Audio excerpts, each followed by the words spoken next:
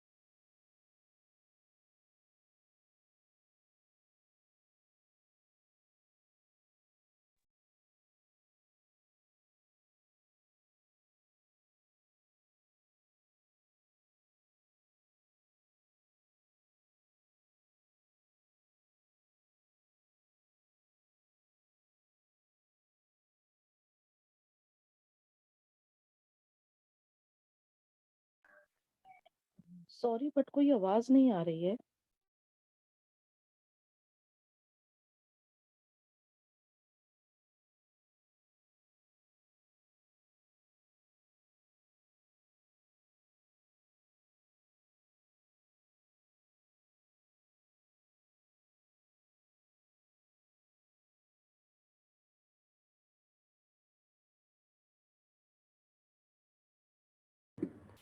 हरिओम, क्या अभी आ रही है? जी जी अभी आई। उससे पहले बिल्कुल नहीं थी। Yes now it's Audible. Okay, really sorry. ठीक है।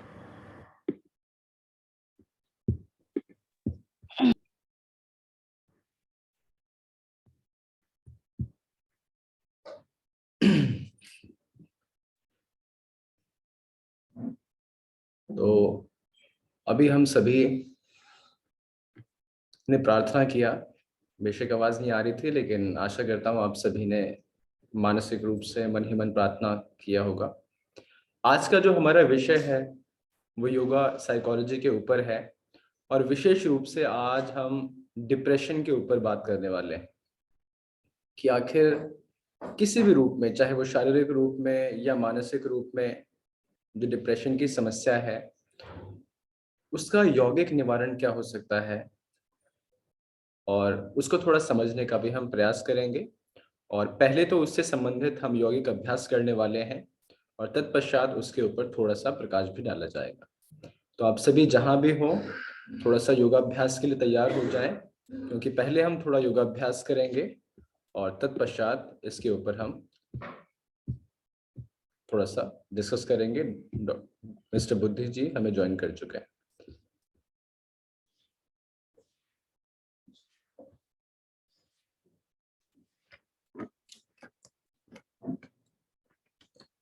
तो आज मुख्य रूप से हम जो अभ्यास करने वाले हैं वो 4 आसनों का अभ्यास हम करेंगे आज, जो कि विशेष रूप से डिप्रेशन में एक यौगिक थेरेपी के रूप में कराया भी जाता है, जिसे कि अधोमुखी श्वानासन, भुजंगासन, बालासन और सेतु बंधासन। तो ये कुछ आसन हैं जिसका अभ्यास अक्सर डिप्रेशन की समस्या में कराया जाता है, तो उनका अभ्यास हम करेंगे। और उससे पहले कुछ सूक्ष्म व्यायाम का अभ्यास करेंगे, लेकिन उससे पहले हम थोड़ा सा समझने का प्रयास करते हैं कि आखिर ये जो समस्या है वो इसमें होता क्या है और डिप्रेशन में क्या क्या चीजें एक तरह से होती हैं जिसका सामना हम सभी को करना पड़ता है। तो अवसाद नाम की ये जो बीमारी है, अवसाद नाम की ये जो समस्या है, आखिर हम इससे पीड़ित ही क्यों होते हैं? अगर हम इस पर थोड़ा सा विचार करें तो हमारे अंदर, यानी कि हमारे शरीर के अंदर, हमारे मन मस्तिष्क में ये जो समस्या है, ऐसा बताते हैं कि हमारे शरीर में कुछ ऐसे भाव होते हैं, कुछ ऐसे इमोशंस होते हैं, यानी कि हम खुश जब भी होते हैं, जब हमारा खुश होना, हमारा दुख होना, वो एक प्रकार का भाव है। जब हम खुश होते हैं तो वो भी एक भाव की स्थिति होती है, और जब हम बहुत ज्यादा दुखी होते हैं, किसी विषय को लेकर के बहुत ज्यादा दुख में होते हैं, तो वो भी एक प्रकार की स्थिति होती है। तो ऐसा कहते हैं कि हमारे शरीर में कुछ केमिकल्स बनाते हैं, और वो कुछ ऐसे केमिकल्स होते हैं जिसकी वजह से ही हम या तो खुश होते हैं, जिसकी वजह से ही हम या तो थोड़े से दुखी होते हैं। तो इन केमिकल्स को, इन रिएक्शंस को कहीं ना कहीं न्यूरोट्रांसमीटर के नाम से हम जानते हैं। और ये बनते कहाँ हैं? तो ये हमारे ब्रेन में बनते हैं, हमारे माइंड में, हमारे ब्रेन के अंदर ये बनते हैं। और बेसिकली 3 तरह के ये केमिकल्स भी होते हैं, जिसको सेरोटोनिन के नाम से जाना जाता है। बहुत लोगों ने सुना होगा कि जिनको डिप्रेशन की प्रॉब्लम है, तो कहीं ना कहीं सेरोटोनिन नाम का जो केमिकल है उसका पासेज बहुत अच्छी तरीके से नहीं हो पाता।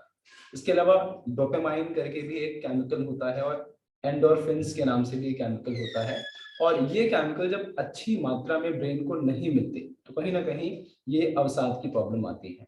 लेकिन अक्सर लोग ऐसा मान लेते हैं, अच्छा डिप्रेशन का कोई एग्जैक्टली यही रीजन है उसको, ठीक है आप दुख में हैं तो भी डिप्रेशन की समस्या आती है।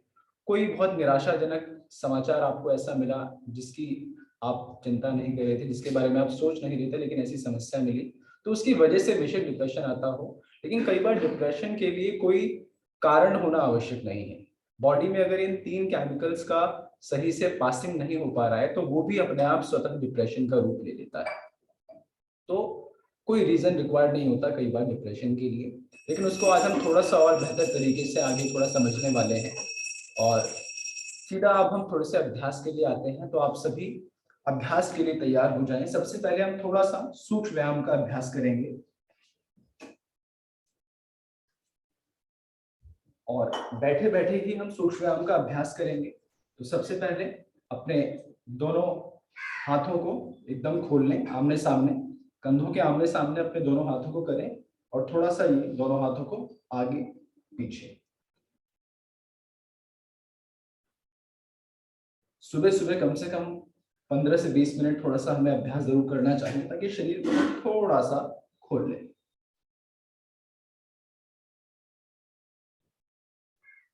दोनों हाथों को ऊपर की ओर पूरा मिलाएं और नीचे।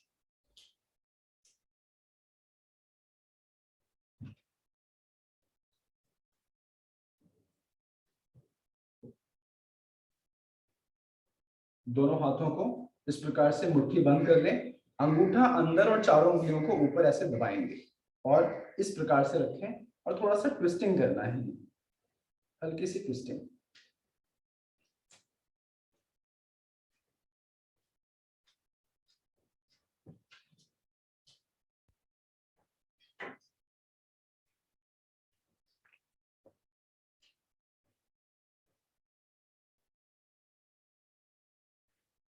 रिलैक्स, यहीं पे रुके। दोनों हाथों को सामने लेकर के आए, एकदम सीधा, कंधों को आमने सामने, दोनों हाथ एकदम सीधा।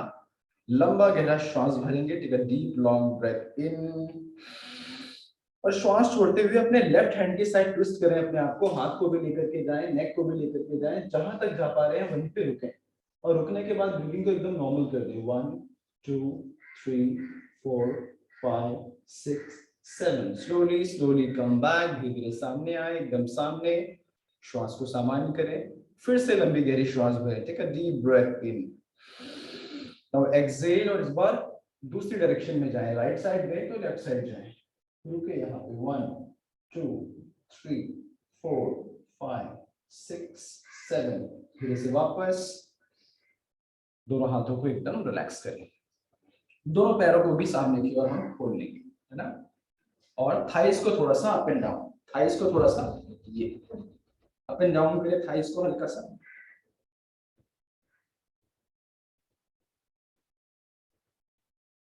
दोनों पैरों को हल्का सा खोल लें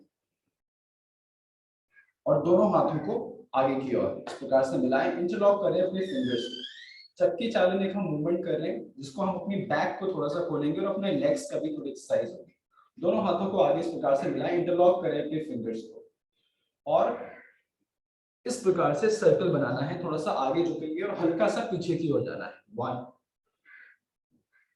2 3 4 5 6 7, इसी को एंटी क्लॉक यहीं से रिवर्स करें, 1, जितना आगे जा सकते हैं जाएं, और जिनको बैक पेन की प्रॉब्लम अगर रहती है, कोई मेडिकल इशू है बैक पेन से रिलेटेड, वो बहुत ज्यादा पीछे नहीं जाएंगे, हल्का सा ही पीछे जाना है, लेकिन फॉरवर्ड आ सकते हैं, है ना, पूरा जितना आगे जा सकते हैं उतना जाएं, इसमें ब्रीदिंग एकदम नॉर्मल रहेगी,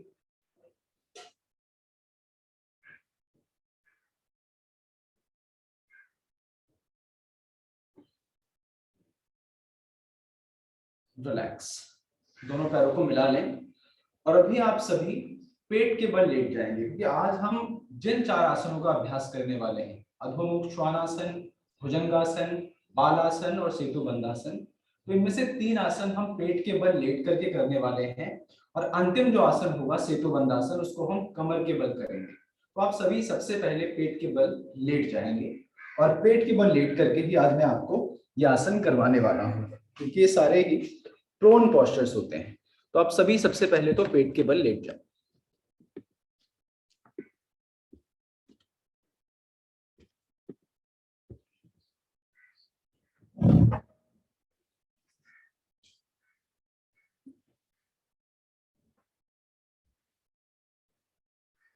पेट के बल इस प्रकार लेट जाएंगे और अपने दोनों हाथों को पुशअप्स पोजीशन में रखना है। सबसे पहला आसन हम करने जा रहे हैं जिसको अधोमुखी श्वान आसन कहते हैं। अधोमुखी श्वान आसन जब हम करते हैं तो अभी मैंने आपको बताया कि हमारे ब्रेन में 3 ऐसे केमिकल्स होते हैं जो प्रॉपर तरीके से पास नहीं हो पाते। तो अधोमुख श्वान आसन जब हम करते हैं तो हमारे ब्रेन में ब्लड का सर्कुलेशन भी ज्यादा बढ़ता है और वो जो 3 केमिकल्स हैं उनका पासिंग भी बहुत अच्छे से हो पाता है। तो इसलिए हमें अधोमुखी श्वान आसन का अभ्यास करना चाहिए।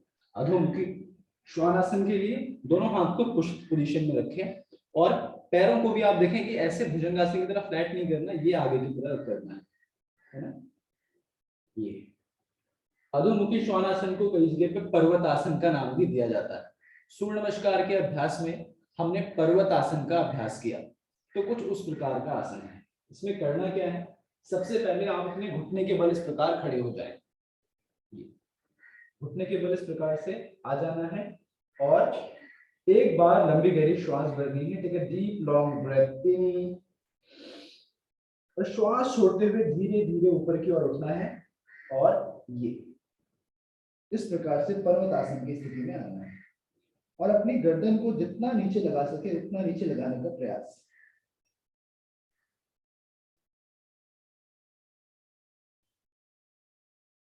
और जब आप पोस्चर में आ जाएं तो अपनी श्वास को एकदम रिलैक्स रखें, श्वास को एकदम सामान्य करें, वापस घुटने जमीन पर लगाएं और पुशअप्स पोजीशन में वापस आ जाएं। चिन जमीन पर लगी रहे, ये रिलैक्सेशन है। एक बार फिर से अधोमुखी श्वानासन का अभ्यास। पहले घुटने के बल आ जाएं, यहाँ पे लंबा गहरा श्वास लेंगे। Take a deep long breath in और श्वास छोड़ते छोड़ते ऊपर उठने, घुटनों को सीधा करें, एकदम सीधा करें मैक्सिमम और अपने फॉरहेड को एकदम नीचे लगाने की कोशिश। अपने स्टमक को देखना है, पेट वाले भाग को देखें, क्योंकि यहाँ पे 1 2 3 4 5 6 7 धीरे धीरे वापस घुटने जमीन पे और चेस्ट को वापस चिन पर लगाएं और रिलैक्स करें अपने आप को, पैर को फ्लैट करें, एक हाथ के ऊपर दूसरा हाथ, इस प्रकार से रिलैक्स करें अपने आप को, कंप्लीट रिलैक्सेशन। तो ये हमने अधोमुखी श्वानासन का अभ्यास किया, जिससे कि हमारे ब्रेन में ब्लड का सर्कुलेशन बहुत ही अच्छा हो पाता है और जो हमारे न्यूरोट्रांसमीटर हैं वो और भी अच्छे एक्टिव हो पाते हैं। एकदम रिलैक्स करें। इसके बाद जो हम अगला अभ्यास करेंगे वो अभ्यास है भुजंग आसन का, जिसके लिए एक बार फिर से दोनों हाथों को पुशअप्स पोजीशन में लेकर के आए, चेस्ट के पास, और दोनों पैर एकदम मिले हुए आपस में, पैर एकदम फ्लैट, चिन को जमीन से लगाएं। भुजंगासन में धीरे धीरे श्वास लेते हुए ऊपर की ओर उठना है। पुल योरसेल्फ अप स्लोली स्लोली, श्वास लेते हुए उठो और नाभि वाले भाग तक उठना है, केवल इतना। और इस बात का ध्यान रहे कि आपके पैरों में गैप ना आए, दोनों पैर आपस में मिले हुए हों और आकाश की ओर देखें। रुके कुछ क्षण, श्वास एकदम सामान्य। 1 2 3 4 5 6 7 8 9 10, और यहीं से थोड़ा सा और ऊपर उठना है और पीछे की ओर जाना है। इस प्रकार से एकदम धीरे धीरे पीछे जाएं, पीछे जाएं, पीछे जाएं, हाथ को एकदम सीधा और फॉरहेड को जमीन पर लगाएं। यह है बाल आसन। और जब प्रॉपर बाल आसन में आ जाएं तो श्वास एकदम सामान्य।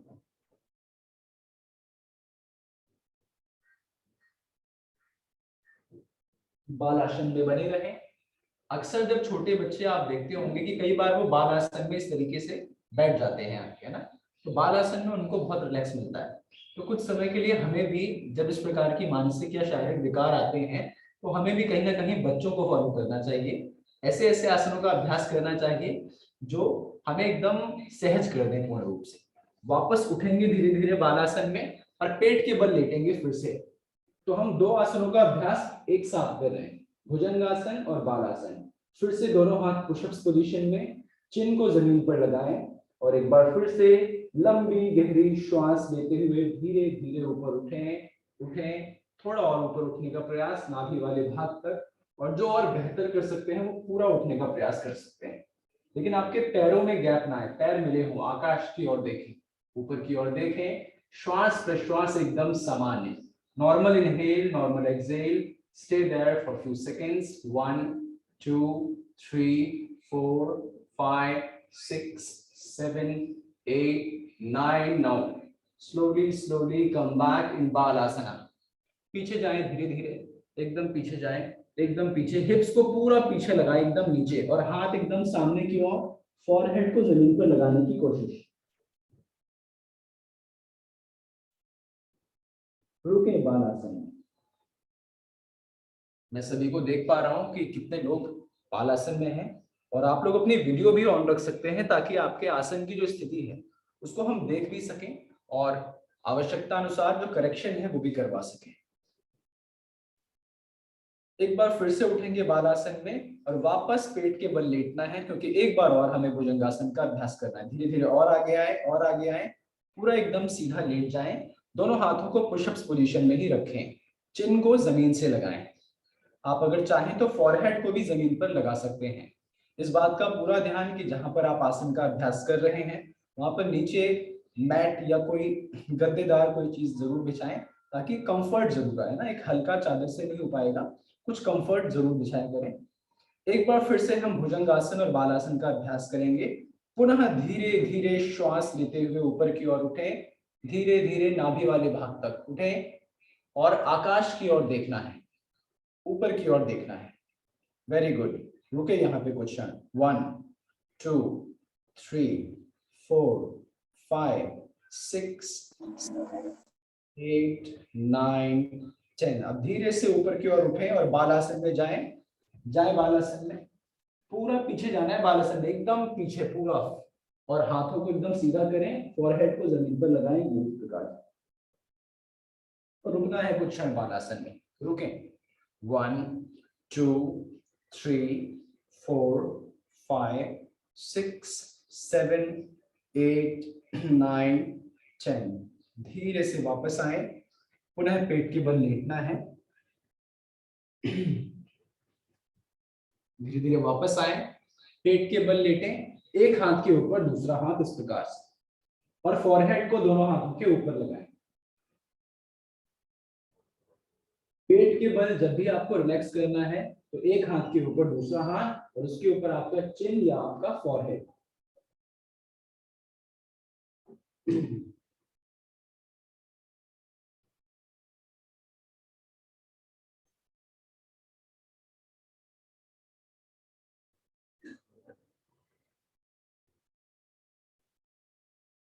और अब धीरे से गर्दन को ऊपर उठाएं, लेफ्ट साइड से करवट लेते हुए कमर के बल आना है ना, लेफ्ट साइड से करवट लेते हुए कमर के बल लेते हैं, क्योंकि अब हम एक अंतिम आसन का अभ्यास करेंगे जो फिर से हमारी अपर बॉडी के लिए बहुत अच्छा है और ब्लड सर्कुलेशन के लिए भी बहुत अच्छा है, जिसको हम बोलते हैं सेतु बंध आसन। सेतु यानी कि ब्रिज, एक प्रकार का पुल।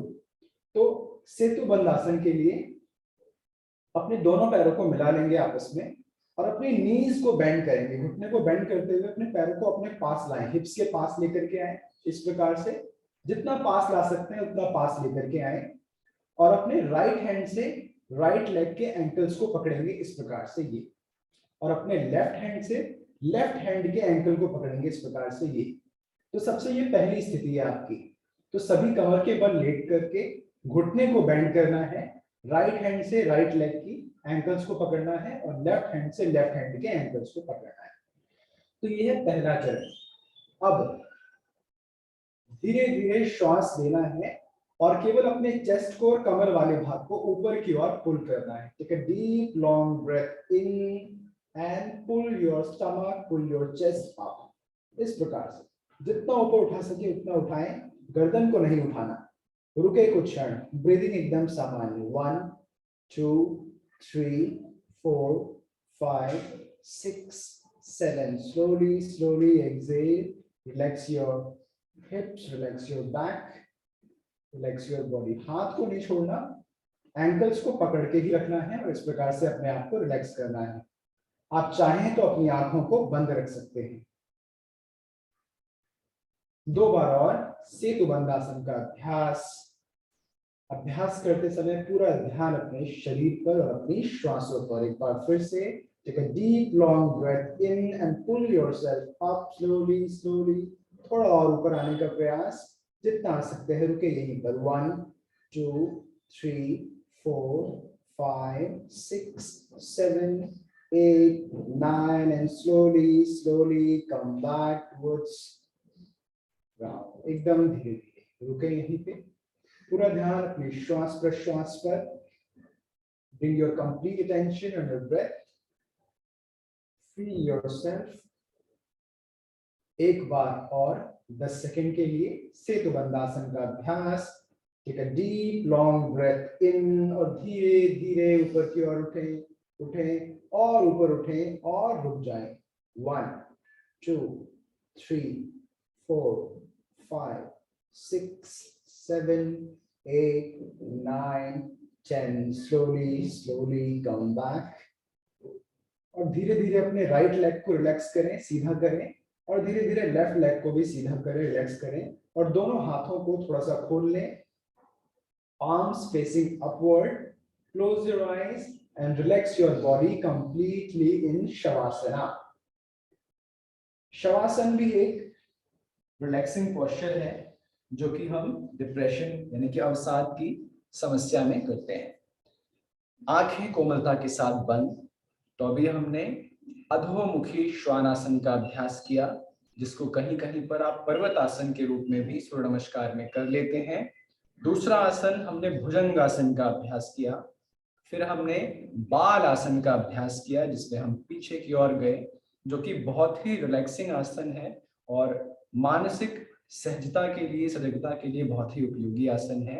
और तत्पश्चात हमने सेतु बंधासन किया और उसके बाद अभी हम शवासन की स्थिति में लेटे हैं, जिसमें हम अपने पूरे शरीर को एकदम ढीला छोड़ रहे हैं और अपने आप को एकदम रिलैक्स कर रहे हैं। कुछ सेकंड और बने रहें शवासन में। And meanwhile I would like to invite mister Buddhi Bal Rana ji to continue the session। बुद्धि जी।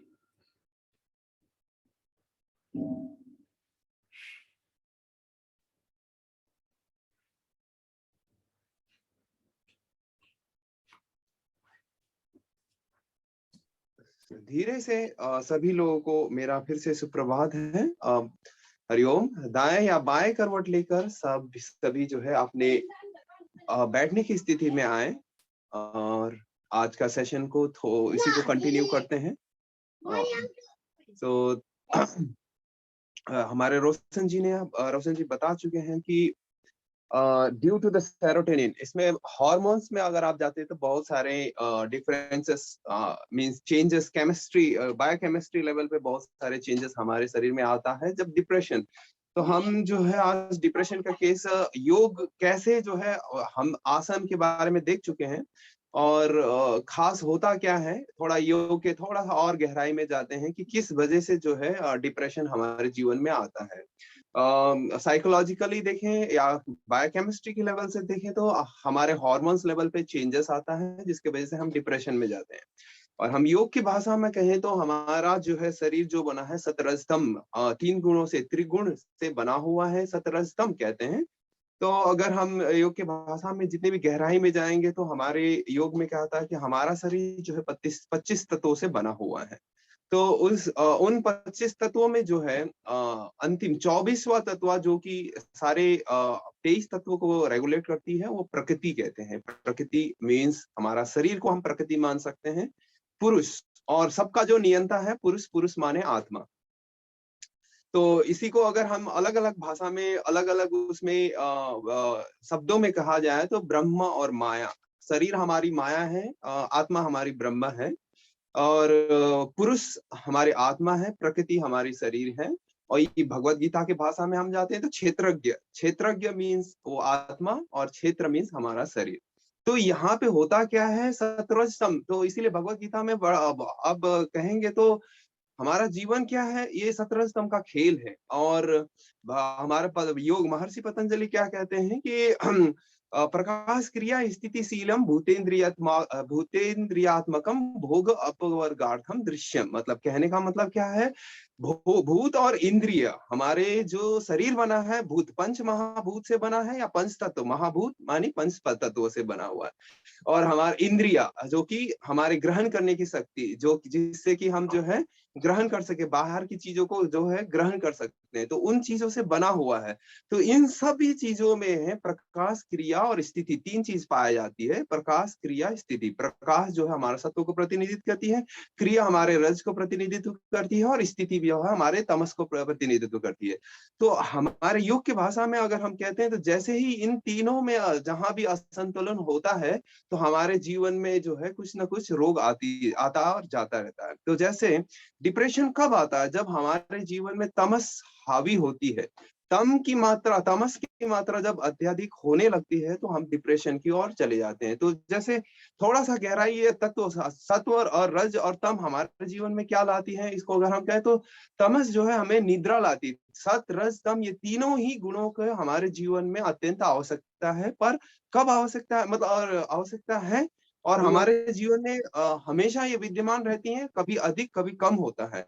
तो जब भी ये संतुलन में रहता है तो हमारा जीवन जो है सुरमय, सरल और स्वस्थ रहता है। और लेकिन जहां ये इन चीजों में असंतुलन आने लगती है तो हमारे जीवन में थोड़ा सा समस्याएं आने लगती है। तो जैसे कहते हैं कि तम, अगर हमारे जीवन में निद्रा की आवश्यकता अत्यंत आवश्यक है, ये एक हमारा अभिन्न अंग है। तो क्या तम क्या करती है, हमें निद्रा लाती है। रज क्या लाती है, हमें क्रिया में जो है आगे बढ़ाती है। तो हमें जो क्रियाशील बनाने का काम जो है रज गुण करती है। तो रज का भी आवश्यकता है, लेकिन अधिक होता है तो समस्या आती है। सत्व क्या करता है, जब रज और तम हमारे जीवन में एकदम संतुलित हो जाए, रज और तम, तो हमारे जीवन में सत्व की प्रधानता आ जाती है, सत्व आ जाता है। तो सत्व कुछ है नहीं बाहर, जब रज और तम आपका संतुलित हो जाए, बराबर मात्रा में आप रज और तम में, मतलब जो आपको उपयुक्त कर्म, इसीलिए हमारे योग में कहा जाता है कि युक्ताहारस्य विहारस्य युक्त चेष्टेषु कर्मसु युक्त सपनावबोधस्य योगो भवति दुःखः। कहने का मतलब है कि आपका जो आहार है, आपका खान पान, आपका विहार है, घूमना फिरना है और आपका जो है सोना, आपका उठना और काम करना, ये सारा अगर संतुलित है तो जीवन की सारी जो है दुख हैं वो सारे अपने आप समाप्त होते चले जाएंगे। ये ही योग के फायदा है, मतलब ये हमारा जो है सूत्र कहती है, भगवत गीता के 6 अध्याय में 17वां सूत्र जो है ये कहती है। तो तम जब होता है तो तम का क्या है, अधिक होता है, तम क्या करता है, तमस्तु अज्ञान, जब तमस अधिक हो जाता है तो ये अज्ञान की ओर ले जाता है। और मोहनम हमारा सर्वदेहीनम, तो हमारा जो है शरीर को, शरीर के प्रति मोहित कर देता है हम आत्मा जो कि अजर अमर, हमारा जो है जीवन आत्मा और शरीर से बना हुआ है। और लेकिन क्या है, क्योंकि हमें ज्ञान नहीं है, बोध नहीं है, तो हम आत्मा और शरीर को भिन्न भिन्न रूप में नहीं देख पाते। अज्ञानवश हम क्या करते हैं, शरीर को ही आत्मा मान बैठते हैं, लेकिन आत्मा अजर अमर अविनाशी है, ये भगवत गीता में स्पष्ट कहा हुआ है। शरीर ही जो है, शरीर रूपी कपड़ा ही हम बदलते रहते हैं। तो इसलिए हमारे जितने भी सनातन धर्म में जितने भी ग्रंथ है वो कहते हैं हम अनेकों जन्म से, हमने जन्म जन्म तक हमने अनेकों जन्म लिए हैं, तो ये उन जन्मों में आत्मा तो अजर अमर अविनाशी है, पर ये शरीर रूपी कपड़ा को हमने अनेकों बार बदला है। तो कई योनि से लेकर आत्मा तक, मतलब शरीर मनुष्य योनि तक। तो तमस जब बढ़ता है तो हमारे जीवन में क्या होता है, लेजीनेस आता है, लिथर्जी आता है, हैबिचुअल प्रोक्रास्टिनेशन, मतलब कि काम को टालना, ये सब चीजें जो है तमस के गुण है। और आपको किसी में रुचि ना आना, और अवसाद, ये डिप्रेशन जो हम कहते हैं, ये जब तमस हावी होता है तो अज्ञान जो है हमारे जीवन में हावी हो जाता है। तो इसीलिए तमस, और आगे ही जैसे कहते हैं प्रमाद आलस्य निद्रा भी निबध्नाति भारत, तो ये हमारे जो 14वां अध्याय में इसका डिफाइन किया है त्रिगुण रिलेटेड। तो उसमें यही है कि जब आप तमस की मात्रा अधिक हो जाता है तो आपको प्रमाद, मतलब फालतू के चीजों में है ऐसे ही समय बिताना, और आलस्य, आपको जो है कुछ काम करना आपकी आवश्यकता है, आपको कुछ करना है, आपकी जिम्मेवारी है, और शारीरिक श्रम करने की आवश्यकता है, आप करते नहीं। जैसे सुबह उठना है, आपको सुबह उठोगे तो आप स्वस्थ रहोगे, क्योंकि चरैवति कहते हैं, जब तक आपका रक्त जब तक बहता रहता है आपके शरीर में, तब तक आप स्वस्थ रहते हो। लेकिन हम क्या होता है, हम बहुत सारे काम के उलझनों में ऐसे फंस जाते हैं कि हम अपने शरीर को स्वस्थ रखने के लिए थोड़ा सा समय भी नहीं निकाल पाते हैं। तो उसकी वजह से क्या होता है, हमारा रक्त का बहाव पूरा संतुलित नहीं रहता, स्वस्थ नहीं रहता, जिसके वजह से हमारे जीवन में ये केमिकल इम्बैलेंस, धीरे से केमिकल इम्बैलेंसेस होना शुरू हो जाता है। तो जैसे ही आपका केमिकल इम्बैलेंस हुआ, जैसे हमारे रोशन जी कहते हैं सेरोटोनिन का घटना, इसके अलावा BDNF कहते हैं, ब्रेन डिराइव न्यूरोट्रॉपिक हार्मोन, जो वो आपके जीवन में घटना, आपके ब्रेन में, खास तौर से BDNF सिर्फ ब्रेन में अत्यधिक मात्रा में पाया जाता है, वो जब आपका कम हो जाता है, कॉर्टिसोल का अधिक हो जाना, तो ऐसे केमिकल्स जो है इम्बैलेंस जैसे ही होता है तो आप जो है डिप्रेशन की ओर चले जाते हैं। और डिप्रेशन उसे कहते हैं जो लंबे समय तक, जब आपको होपलेसनेस, हेल्पलेसनेस और रेस्टलेसनेस, ये 3 चीज गुण इसमें डिप्रेशन में क्या होता है कि आप हताश, उदास और निराश हो जाते हैं। जब हताश, उदास, निराश होते हैं, ये क्या है, डिप्रेशन के लक्षण है। इसका मतलब क्या है, आपके जीवन में तमस की अधिकता हो गई। तमस की अधिकता हो गई का मतलब क्या है कि आप में जीवन में गतिविधि, क्रियाशील नहीं है, आप एक्टिविटी, फिजिकल एक्टिविटी की डेफिशिएंसी आपके जीवन में हो गया। जहां आप जीवन में फिजिकल एक्टिविटी को धीरे से बढ़ाएंगे, फिर से आपका ये जो केमिकल इम्बैलेंस है धीरे धीरे घटती चली जाएंगी। तो जैसे हमने अभी 4 अभ्यास किए हैं, ये जो है ऑप्टिमम लेवल पे, अच्छे स्तर पे जो है आपके ब्रेन की ओर जो है रक्त संचार को बढ़ाती है। तो हम जैसे कह रहे थे कि साइकोलॉजी ऑफ योगा, तो मैंने कहा तमस, तो और जैसे जैसे ये आप अज्ञान की मात्रा बढ़ती है तो फिर हम क्या जाते हैं, तमस के बढ़ने की वजह से हम आत्महत्या की ओर आगे बढ़ते हैं। तो यही सिर्फ स्ट्रेस ही है, इसमें जो काम करता है मेन चीज स्ट्रेस ही है, पर जो कि भूत का जो स्ट्रेस है, जो बीते हुए समय का स्ट्रेस है, तो ये सब चीजें क्या करता है, और जीवन में जो हमारी गतिविधियां कम हो जाती है, फिजिकल एक्टिविटी कम हो जाती है, तो ये सब चीजें मिलकर क्या करती है, हमें डिप्रेशन की ओर ले जाती है। तो डिप्रेशन में प्राय क्या होता है, सत्रज, जब डिप्रेशन तम की हावी होती है तो हम अपने को जो है हिंसा करते हैं, और जैसे रज अधिक हो जाती है तो हम दूसरे के प्रति हिंसा करते हैं। रजस में क्या होता है, आप शांत नहीं बैठ सकते, आप बहुत ज्यादा एक्साइटेड होते हैं, आप कुछ भी काम, किसी भी काम में जो है ध्यान नहीं टिका सकते, लंबे समय पर ध्यान नहीं दे पाते। ये सब क्या है, रज का वृद्धि, रज गुण का विधि हो जाने पर। तो वैसे ही जब ये दोनों बैलेंस होता है, सत्व और रज, तो हमारे जीवन में तमस और रज तो हमारे जीवन में सत्य आता है। जब सत्य आती है तो क्या होता है, आप ध्यान में बैठते हो तो सहजता से ध्यान लग जाता है, आपको शरीर में हल्कापन लगता है, आप किसी भी चीज में ध्यान केंद्रित करते हो तो आसानी से हो जाता है, और आप में एक उमंग, एक जोश रहता है जब आप ये दोनों बैलेंस रहता है। इसलिए जीवन में शारीरिक गतिविधि की आवश्यकता है, ये हमारा अभिन्न आवश्यकता है, समझ सकते हैं, शरीर को स्वस्थ रखने के लिए अभिन्न आवश्यकता है। तो योग में जैसे हमने 4 अभ्यास किए, इसके अलावा अगर हम सूर्य नमस्कार को जीवन में समावेश करें, जब आपके जीवन में ये हताश, उदास, निराश की मात्रा अगर बढ़ने लगे, आपको जो है निद्रा ज्यादा अधिक लगने, आलस ज्यादा, हर कामों में आलस आने लगे, जीवन में जो है निराशा छाने लगे, तो समझ लेना कि आपके जीवन में जो है शारीरिक गतिविधि की कमी हो गई है। तो उसमें अगर आप सूर्य नमस्कार करते हैं तो क्या है, और फिजिकल एक्सरसाइज, अधिकतर फिजिकल एक्सरसाइज हमारे जैसे संजय जी बता चुके हैं कि आइसोमेट्रिक होता है, एकांगी होता है, मींस किसी अंग पे केंद्रित होता है। जैसे अगर बैडमिंटन के हो तो आपका हाथों पे ज्यादा केंद्रित होता है, और फिजिकल एक्सरसाइज जैसे कि जिम अगर को बॉडी को स्ट्रेंथ करने, बॉडी को थोड़ा सा अच्छा दिखाने में, सुडौल दिखाने में, वो उधर पर स्टिफनेस की ओर चला जाता है। तो वैसे ही हर एक्सरसाइज जो भी है, और रनिंग कहोगे तो उसमें पैरों का ज्यादा एक्सरसाइज हो जाता है, तो क्या होता है, वो ज्यादातर एकांगी होता है। तो अगर उस केस में अगर आप सूर्य नमस्कार को करते हो, जैसे जीवन में थोड़ा सा ये तमस की मात्रा अधिक हो, आपको निराश लगने लगे, ज्यादा निद्रा आने लगे, आलस लगने लगे, काम में रुचि न लगने लगे, ऐसी स्थिति अगर जीवन में आती है तो आप योग के जो अभी 4 आसन बताए, उसके अलावा अगर आप सूर्य नमस्कार को समावेश करें, कम से कम सूर्य नमस्कार के 3 से 6-7 राउंड अगर आप करते हो, तो बॉडी में क्या है, सूर्य नमस्कार शरीर के हर एक अंगों को जो है स्टिमुलेट करता है, एक्टिविटी बढ़ाता है। तो जिसकी वजह से क्या होता है, हर एक आपके लिगामेंट से लेकर, टेंडोन से लेकर, हर एक मसल्स में जो है सूर्य नमस्कार का प्रभाव पड़ता है। तो उससे क्या है, आपका ब्लड सर्कुलेशन बढ़ता है, और केमिकल जो इम्बैलेंस जीवन में हो रहा है, आपके शरीर में हो रहा है, उसको जो है ये बढ़ाती है। तो इसी के साथ हम आज का सेशन, क्वेश्चन आंसर है क्या रोशन जी? अगर क्वेश्चन आंसर है कुछ तो हम क्वेश्चन आंसर का मैं रोशन जी से रिक्वेस्ट करता हूं कि वो जो है आंसर के साथ समाप्त करें। मैं अपना जो है सेशन जो यही समाप्त करता हूं। धन्यवाद। यदि अगर क्वेश्चन कुछ हमने पुट अप किया है तो रोशन जी से मैं आग्रह करता हूं कि आप जो है उस उत्तर आप दे दे। सेशन जो है एंडिंग जो है आप समापन कर दें सेशन का। मेरे तरफ से सभी को धन्यवाद। मेरी आवाज आ रही है बुद्धि जी? हाँ, आ रही है जी। आज हमारा कोई प्रश्नोत्तरी नहीं है, तो आज केवल हमारा प्रश्न था। और जैसे कि अभी बुद्धि जी ने सूर्य नमस्कार के बारे में बताया कि सूर्य नमस्कार का अभ्यास भी कहीं ना कहीं इस समस्या में बहुत लाभदायी होता है। तो जल्दी ही आने वाले सत्रों में हम सूर्य नमस्कार के ऊपर भी एक सत्र लेने वाले हैं, क्योंकि सूर्य नमस्कार एक कंप्लीट साधना होती है, केवल वो शारीरिक पक्ष नहीं है उसका।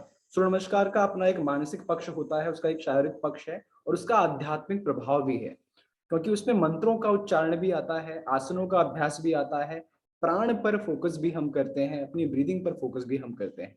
तो निस्संदेह अब क्योंकि बुद्धि जी ने कहा है, तो आने वाले सत्रों में जल्दी ही हम सूर्य नमस्कार का अभ्यास भी आपको कराएंगे, और कल फिर से हम अपने इस सत्र के लिए मिलेंगे। तब तक के लिए आप सभी का हृदय से धन्यवाद, नमस्कार, प्रणाम।